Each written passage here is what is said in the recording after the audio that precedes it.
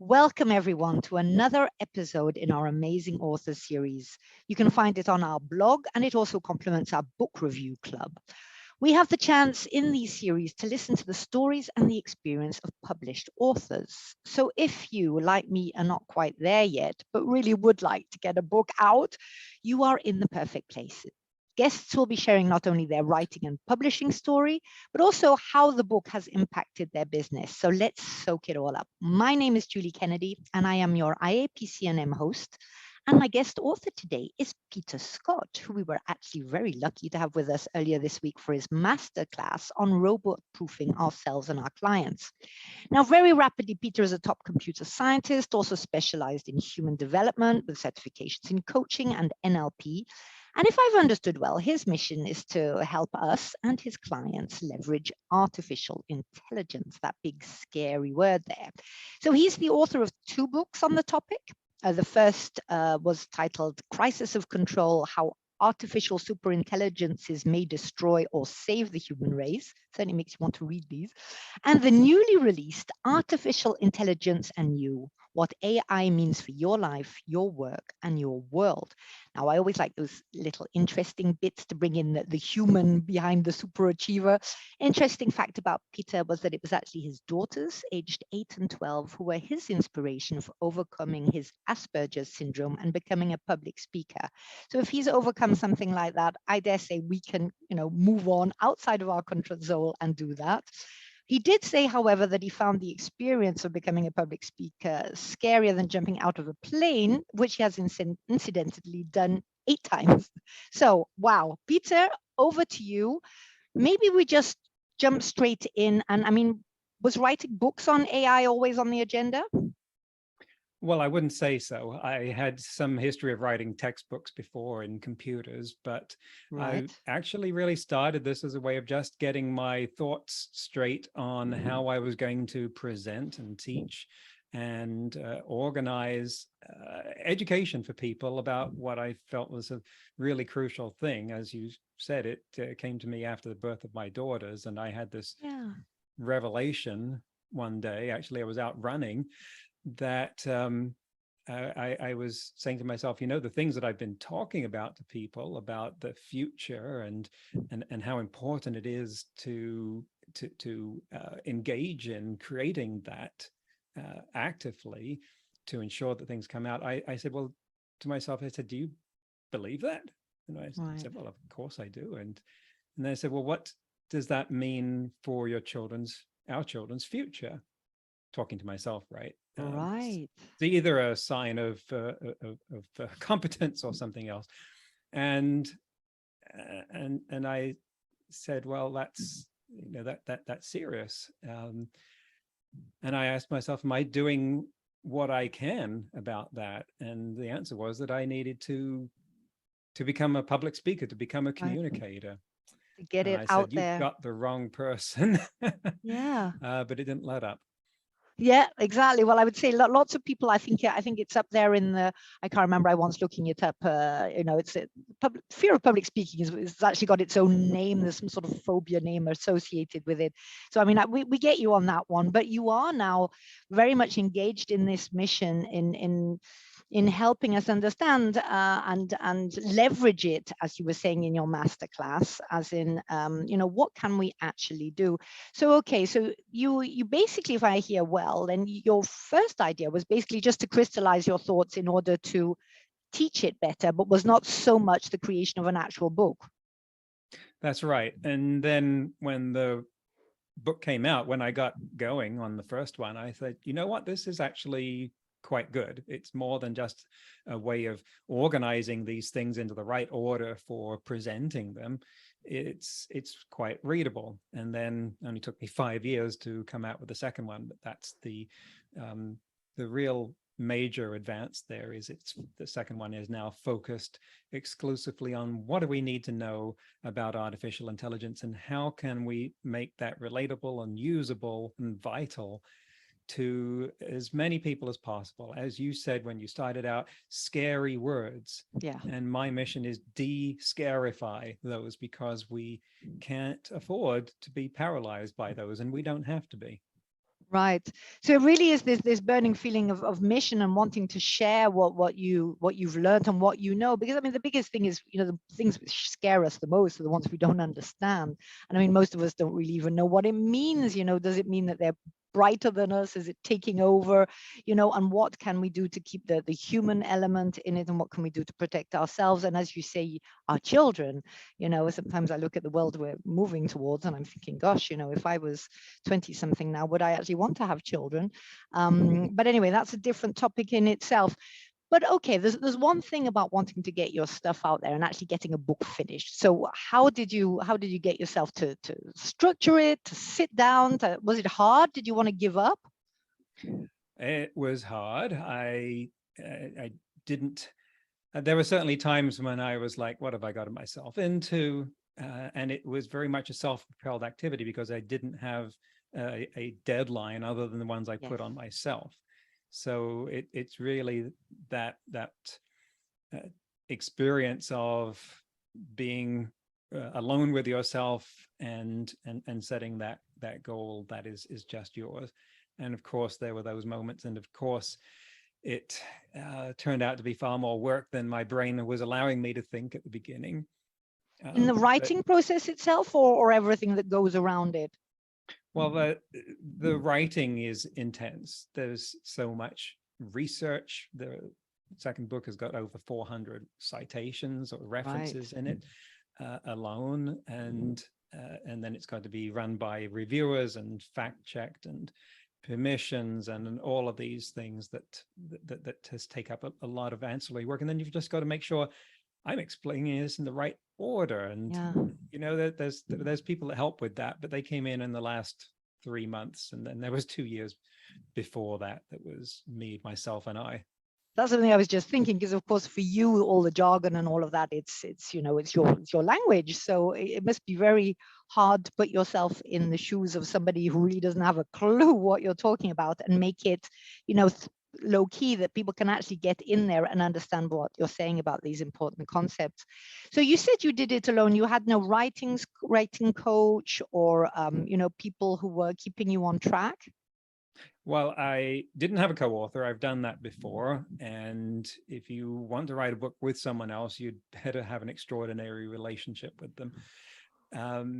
And I have people that that helped me, though not directly with the book. The book was an extra activity associated with the work that I'm already doing in teaching and speaking and podcasting about this activity. So I have a speaking coach, a TEDx speaking coach, and she certainly made me aware of what was accessible to general audiences and what wasn't. And there was a lot of stuff getting ripped up and left on the floor, surrounded by blood and sweat. Yeah, I mean, I think we always say, there is a reason why there's only 3% of published authors, of those who start off. I mean, you do have to put your work. It's not that you wake up with a great idea and, just sit down casually and out comes a best-selling book. Okay, and so your intention was to sell, right? And also, I mean, did you find it had the impact you wanted on your business as well? You, and unless you're in an extraordinary echelon, upper echelon of writers, the money isn't the reason for doing this. Right. And I was clear on that from the beginning. It was about opening doors. A book is like a business card these days. Yeah. And it absolutely had the effect of that, introduced me to all kinds of people. And so the first one did that and paved the way for the second one to be so much more, and to be doing the work in mounting the classes and getting me into onto TEDx stages and other things like that make the work more meaningful, because the work is nothing unless it reaches people. Very true. So very true. Which is why you would recommend writing books? I couldn't make it a blanket recommendation. Some people are not built that way. Right. It's great if you've got the inclination to do it and the stamina, and as long as you're clear-eyed about what you're going to get or not going to get out of it. Yeah, indeed, indeed. So it's credibility, isn't it? I mean, it really places you as an expert in whatever it is that you do, which then complements what you're doing. As in, it's not a book in itself; it's actually complementing the work that you're doing, teaching all about this, and being invited to speak Right. everywhere. Now, which way did you decide? Because I mean, I've understood from some people that the writing it is actually the easy bit, that the hard bit is actually, you know, deciding how you want to publish it, the design. I mean, all those little things which come with it. Which route did you take? I would say that those things are equally distributed. The uh, marketing, the promotion, that is certainly the toughest thing. I suck at doing that. Yeah. But then you're right. In addition to the writing, there are a lot of activities, and fortunately, I find I enjoy those. The cover design, I'm really proud of. It's So you just, did that yourself? yeah. Well, no, a part of it. I had the concept, Oh yeah, but there then it other is. people came into the mix here. So I had the idea that it was going to be the Android and the Thinker, but then other people helped with the background and the composition. Of course, I had to get someone to render the robot in exactly the right position, and then there were rounds even on the title and the subtitle where you don't need to see the things that fell on the cutting room floor. Yeah, but there was a There was lot of work involved before, yeah. you know, you got it exactly as it is now. It does look absolutely stunning. And I find it resonates very much. You know, people do think, even me who's not really tech minded, think like, oh, you know, I should get that. I should get that because Mm. we need to understand what's happening around us. We can't, you know, just pretend it's not happening. Um, okay. And so you went for the traditional publishing, as in you No, submitted a proposal or something? it's one step removed from self-publishing. A friend of Okay. mine has a small publishing house, and he's taken it on. So it's uh, that means it's not technically self-published, but it's not through a major publishing house either. And so a lot of the distribution has been a learning process. The first one didn't get into bookstores. This one is getting into bookstores Right. slowly. So it doesn't have the engine of a major publisher behind it, but there again, they don't do what they used to. They Yes. don't have publicists already setting up book tours and signings and pestering people. They now expect the authors are going to do that themselves. And yeah, unless you're the big name that everyone recognizes, that's just not going to happen. So actually, more and more people choose now to go self-published for the many advantages. Yeah. I mean, which I would say is a very good thing because I mean, at the beginning, you know, there was a little bit of a, not a taboo, but a little bit like, okay, it's, you know, you were doing it yourself because nobody wanted to take it, you know, sort of thing, which is very much not true now. I mean, now many authors just choose to do it that way because you keep more control, I suppose, over the process Mm-hmm. than you would when you contact a publishing house.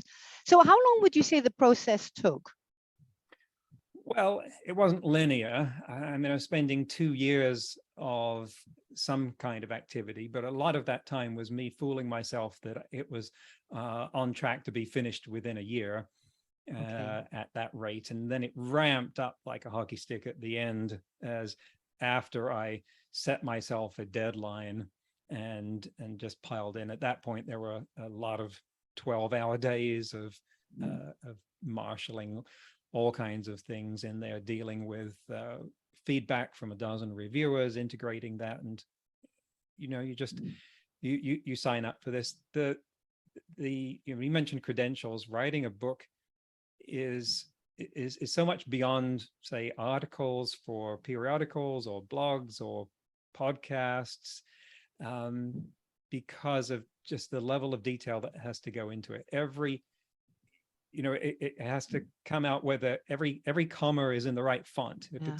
it's got to be italic or non-italic in the right place. That level of detail has got to be right, and everyone that is cited in it has got to be. You've got to check that you've got permission, then that you're quoting them accurately, and this level of diligence that we can't get away with, or sorry, Yeah. that you can get away without for so many other things, which you should. I mean, for a podcast, a blog is much more ephemeral, but a book, Yeah. there is still that standard that Yeah. it's got to be perfect. And we do judge a book by the cover. I mean, that is something that I mean, I actually, off the record, I edit English for non-English speakers, and I always say whatever you say orally doesn't matter. People are also listening to your voice, your passion, your body language, but write it right. Otherwise, immediately you're judged as in not being professional enough. So yes, you do need to get it right. But how did you even know about all these different aspects? I mean, did you buy a how to write a book thing, and then you go through the stages of once you've got the writing done? No, I think that's at least partly genetic. I was a good writer while I was in high school, and I was just drawn to it. So I think that's another thing, is that you got to like it. I know someone who wanted to write a book and working on it for years doesn't like reading.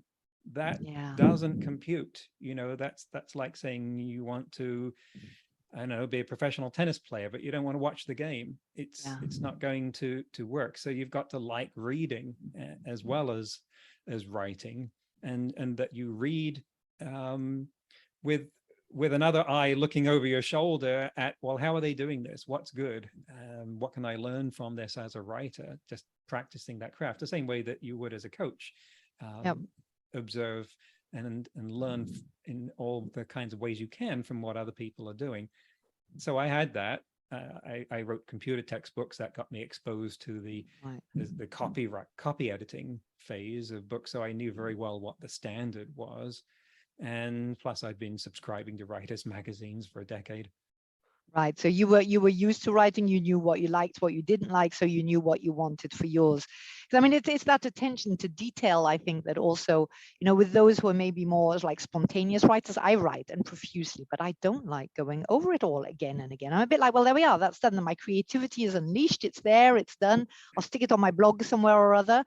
But then it feels like, well, it's a shame. What was your intention when you wrote it? And if you want to get it out there, isn't it worth doing that extra step?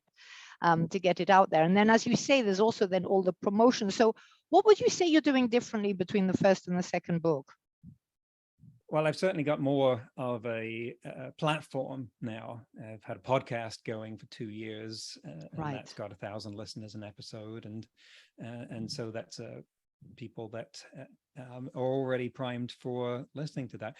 By the way, that process of rewriting, which sounds so tedious, it was very much what I went through with the 2 TEDx talks. They have to be refined to an incredible degree. You spend months with multiple people writing, rewriting over and over and over, because what you say has to match the script that was submitted to the TED organization, word for word. And also you have a limited time, don't you? So you have to, every word has to count, basically. Right. So by the time you get on the dot, every inflection, every movement, every word in that is rehearsed to the point where it looks like you just thought of it. And that is a process that exposes how much nuance there is available when you dig that deep into a message and improving it. Because I think it was Mark Twain who said, "Sorry for how long my letter to you is. I didn't have time to make it shorter." Yes. And so part of this process is true. making it shorter. And so to return the question of, well, what's different this time? I've got the platform. I've got credentials established already. I knew what it was like beforehand, so I engaged the publicist before the publication date. I had the audio book come out a week after the book instead of a year after. I contacted many more people immediately, and so I knew these things that you'd learned, you knew the timing wise of things, and what things to look out for. I mean, there is so much involved in writing a book. And I mean, listening to what you were saying about, really weighing absolutely every single word for your TEDx talk. I mean, I guess in a way that is what we should be doing for books too, especially nowadays. I mean, most people are not interested in huge, lengthy books, however much wit might be inserted left, right, and center. I mean, they want, the words should count, right? Right. And obviously there are different types of books. Some people write stream of consciousness books, and their art That's is more me. in Yeah. getting out of the way so that that brilliance can show up. And my books are very much, I wouldn't, they're technical in a way, but I don't want people to think that it's about the technology of AI. It's about people, Yes. but it's about raising interesting questions. It's about explaining things that people are, as we have said, scared of, in a way that gets through to them. And there is so much that has to be explored in that, including making sure that the message lands right. And then, just like with coaching, you rely on feedback. You will have, I had people telling me all the time, this and such made me think this. And well, it's not intended to do that. It wasn't trying to offend anyone with that, but now I can see that might unintentionally do that, have to rewrite it. So there's a lot of that sort of that process in writing something which is subjected to a rigor approaching that of peer-reviewed scientific Right, papers. because otherwise we don't know. I mean, it's like we need the feedback, right? We know what we intended to say, but is that what they're hearing? Yeah, I imagine that that's a very strong part of that as well. Now, if I were to ask you for 3 tips for our wannabe authors listening here, what would you say? Well, the first one is borrowing a lesson from TEDx and the TED creator, that your work, your message should be structured around a through line, which is, what is the one sentence that that all of this hangs off? And if you don't have that, then you're not clear on what the message is. So you've got to have that through line. It might end up being the title or the subtitle. That's what I was going to book. ask you, of course. So what is your one line for this new book? Right, and it maps pretty well to the subtitle. I use that as the byline on the podcast as well. What is AI? Why will it affect you? How do you and your business survive and thrive through the AI revolution? Okay. And everything hangs off that. If you're not clear on that, it's going to be hard going. So that's at least tip number 1.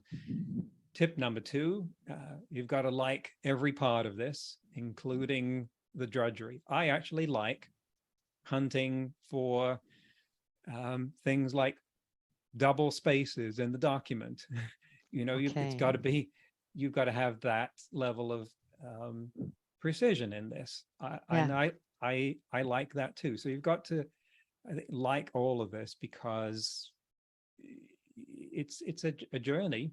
And if you don't, then you start looking for what are the extrinsic rewards, and you're going to find pretty fast that there's not as many of those as you were hoping. And that's where you end up in the 97% of those who don't actually finish it, I would think, because then you're sidetracked and you decide that it's perhaps not worth the bother for what you're going to make out of it or whatsoever. And I think that's a very good one, and also to perhaps embrace the idea that the bits that we don't like doing are probably those which are going to teach us the most, then, aren't they? Because there's a reason you don't like it, probably because you don't do it or you don't think you're good at it. So here's your chance to actually prove yourself. And I'd say the third thing is, don't lose sight of the end goal. The book is not the end goal. The end goal is getting the message out there. The book is one tool in doing that, but we're very tempted to measure our success by numbers. And then when we have a book out, we think the success trend is measured by how many books have we sold. And then it becomes all about, how do I sell more books? Well, there's ways of selling more books and bumping that count up that don't advance your message. So use the book as a tool, but it's not the be all and end all of why you're doing this. It shouldn't be. Exactly. So it's another way, assuming that we've all got a message that which fuels us, which gives us that motivation that we want to get out there. It is one more tool of situating ourselves in that environment and getting that message out. Peter, thank you very, very much. I mean, I wish you good luck with this book. And for those of you who haven't listened to the masterclass, do. You also have a program, right? A program on AI. Do you want to mention that rapidly? Yes, a podcast. It's called Artificial Intelligence and You. If you search for Artificial Intelligence and You, Peter Scott, you'll find it on every podcast platform. Right. And you also have a coaching program where you actually coach people to... Yes, we do. Go to nextwaveinstitute.org and we have a coaching program of 18 hours of ICF accredited continuing education units for helping people understand or learn how to coach clients to be resilient and anti-fragile to technological disruption, which is something none of us need a reminder now that that is the way of the future. Exactly. Thank you very much. Thank you for having decided to share your message. Thank you to your daughters for having helped you bring it out there. And thank you very much for having taken time today to share your expertise and your experience with us here. Thank you, Peter. Thank you, Julie. Thank you, everyone, for listening. And for the rest of you out there, now it's time to take pen and paper, write down in your CPD, what have you learned from here? What of these tips are you going to use in order to really push it that step further to get your book out, to really commit, to stay on track? Peter had some very good suggestions there. The one sentence, the one thing, what can you bring your book down to make sure your message is crystal clear? To like every part of it, which is one which certainly resonates with me, is I'm prepared to do the creative part, but I get put off all the time by the technical or the promotional part. And don't lose sight of the end goal, which is not getting a Amazon top whatever book out there. It's delivering your message as wide as you can. So good luck out there, and hoping to interview you soon on your books. Thank you.